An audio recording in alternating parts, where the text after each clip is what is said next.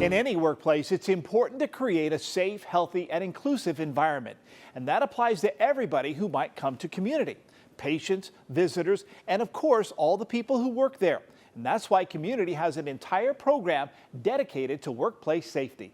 It's really targeted to help staff, frontline staff members, patients, visitors, security staff, anyone interacting in our facilities, because the program is to help us get better at recognizing potentially violent situations, intervening earlier in those potentially violent situations, and effectively managing those violent situations so that we create a safer environment for everyone. Michael Hogan has an extensive career in law enforcement and workplace safety.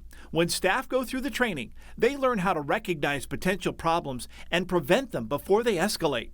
Body language is a two-way street. So when we're educating employees on not to send escalating signals with their own behavior, physical stuff, no pointing, no clenching of fists, no folding of arms, creating an open stance. But then on the flip side, we're looking for those trigger or warning behaviors. When you're talking to a patient, we want to be able to identify when they're entering a crisis and what the proportionate and the appropriate response is to that. So if we see somebody being anxious, if we can approach them in a supportive way, maybe we can find some unmet needs that need to be met.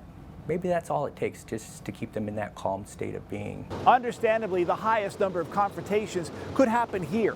85% of all altercations happen in the emergency department. And that's because patients could be in severe pain or suffering high emotional distress. But the training helps staff de-escalate and find solutions. And one of the most destabilizing things in the world is a catastrophic medical condition or diagnosis. So we are working in an environment where overall, when people come to see us, it isn't an incredibly positive experience. And the individual will be saying, if you try to put me on that gurney, there's going to be a fight. I'm going to hurt every single one of you in this room. And I've seen officers go, well, if you won't get on the gurney, will you sit in that chair? And they'll go, well, I'll sit in the chair, because they're focused on the gurney. We teach staff that if you go in and see a patient who is being violent with another patient, you have to ask yourself a question. If I get involved here, will this result in more safety or more harm? If it's going to result in more safety, then by all means, let's get involved. However, if it results in more harm, then let's get ourselves to safety.